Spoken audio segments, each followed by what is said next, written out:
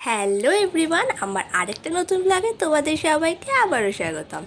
তাহলে ভিডিও অবশ্যই আজকে করে। আমি যে থিমের ব্লগটা তোমাদের সাথে শেয়ার করতে যাচ্ছি সেটা ছিল লাস্ট শনিবার। তো সেই দিন গেছিলাম হলো নৈহাটি, আর নৈহাটিতে বড় মাকে পুজো দিতে। তো প্রথমেই বেরিয়ে গিয়ে ট্রেন ধরে নিয়েছিলাম।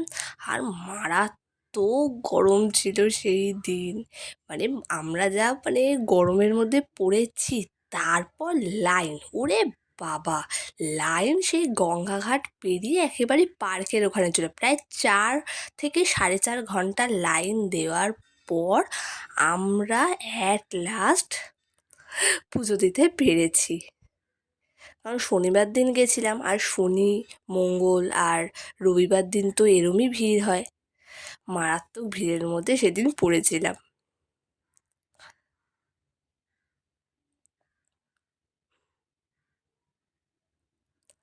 তারপর অ্যাট লাস্ট আমরা মন্দিরের ভেতরে ঢুকলাম। তো মন্দিরের ভেতরে এখন এরকম রিং রিং করে দিয়েছে।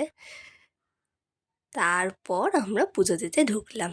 আর ওখানে অনেকক্ষণ আমরা দাঁড়িয়েছিলাম, কারণ মারাত্মক ভিড় ছিল।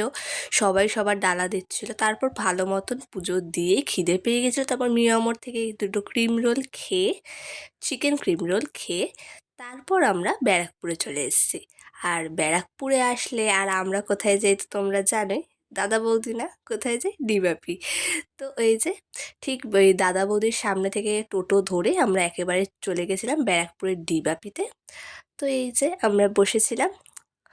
আমরা অর্ডার দিয়েছিলাম একটা মাটন স্পেশাল বিরিয়ানি, যেটার দাম ছিল 630।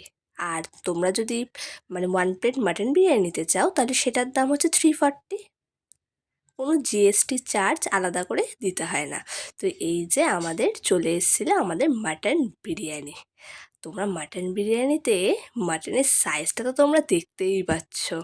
আমাদের প্রথমেই জিজ্ঞাসা করে নিয়েছিল তোমাদের কীরম পিস লাগবে, আর আমার তো সবসময় রেয়াজি পিস পছন্দ হয়, আর সৌম্যর পছন্দ হয় হলো সলিড।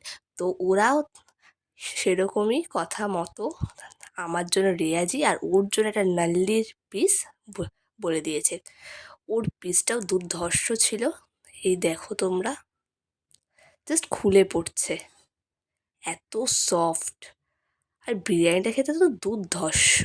আর আমার পিসটা যা পড়েছিল পুরো প্লেট জুড়ে। আমার মাটনের পিসটা নিয়ে তো আমার কিছু বলারই নেই। ডিবাপিতে সবসময় আমি আপ্লুত হই দেখে। তারপর খেয়ে দিয়ে আমরা চলে গেলাম আবার স্টেশনে। গরমে আমাদের অবস্থা খারাপ হয়ে গেছিলো। তারপর সেখান থেকে ট্রেন ধরে আমরা চলে আসলাম বাড়ি। তো এইভাবেই আজকে সারা দিনটা কাটালাম।